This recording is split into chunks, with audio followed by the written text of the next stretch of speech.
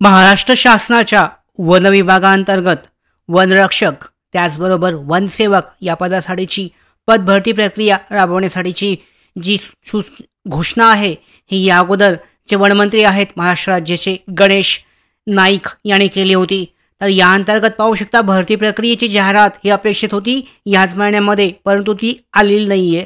तर या संदर्भात जी नवीन अपडेट प्राप्त झाले त्यानुसार पाहू शकता ही भरती प्रक्रिया जाहिरात तयार करण्यासाठी म्हणजे जाहिरात पब्लिश करण्यासाठी देण्यासाठी जी प्रक्रिया आहे ही सध्या सुरू आहे।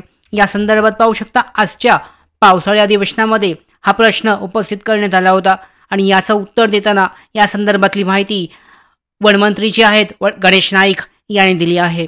तर यामध्ये पाहू शकता राज्यातील वनरक्षक आणि वनसेवक यांचे रिक्त पदे भरण्याबाबत गोपीचंद पडळकर, जत, श्री विजय वडेट्टीवार, ब्रह्मपुरी आणि श्रीमंत ओगले पाहू शकता हेमंत ओगले यांच्यामध्ये पाहू शकता सन्माननीय वनमंत्री पुढील गोष्टींचा खुलासा करतील काय असा प्रश्न आहे।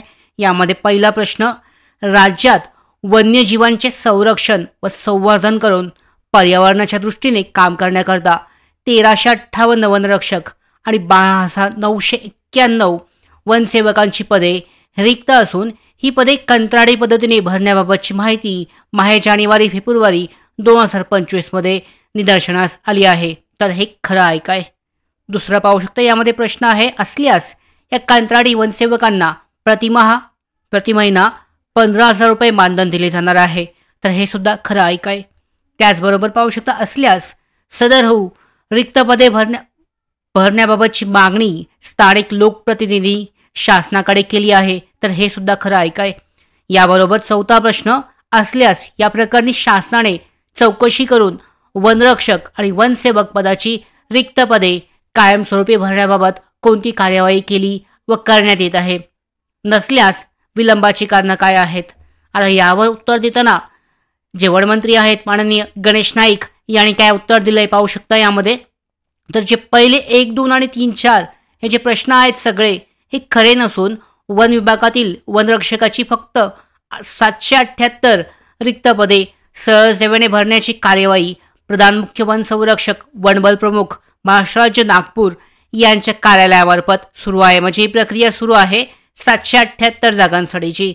या वनरक्षक भरती प्रक्रिया 2023 मधील अनुसूचित क्षेत्रातील स्थानिक अनुसूचित जमातींसाठी राखीव असलेली 715 रिक्त पदे ही पाहू शकता सार्वजनिक प्रशासन विभाग शासन निर्णय 5 ऑक्टोबर 2024 मधील तरतुदीनुसार मानधन तत्वावर भरण्यात आलेली आहेत आणि वनसेवकाची पदे निर्माण करण्याबाबतच्या प्रस्तावावर शासन स्तरावर विचारविनिमय सुरू आहे।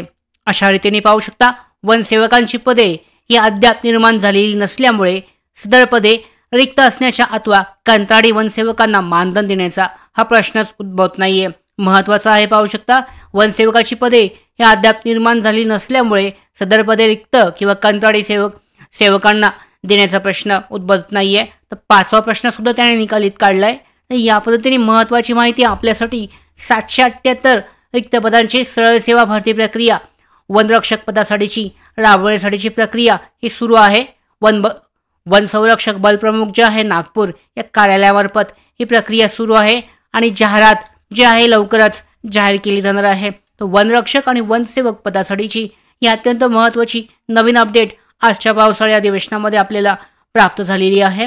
लवकरात लवकर भरती प्रक्रियेसंदर्भातल्या पुढच्या सुद्धा महत्त्वाच्या अपडेट अशा पद्धतीनेच आपल्यापर्यंत येणार आहेत आणि या सगळ्या महत्त्वाच्या अपडेट मिळवण्यासाठीच नोकर भारतीच्या यूट्यूब चॅनलला सबस्क्राईब करा।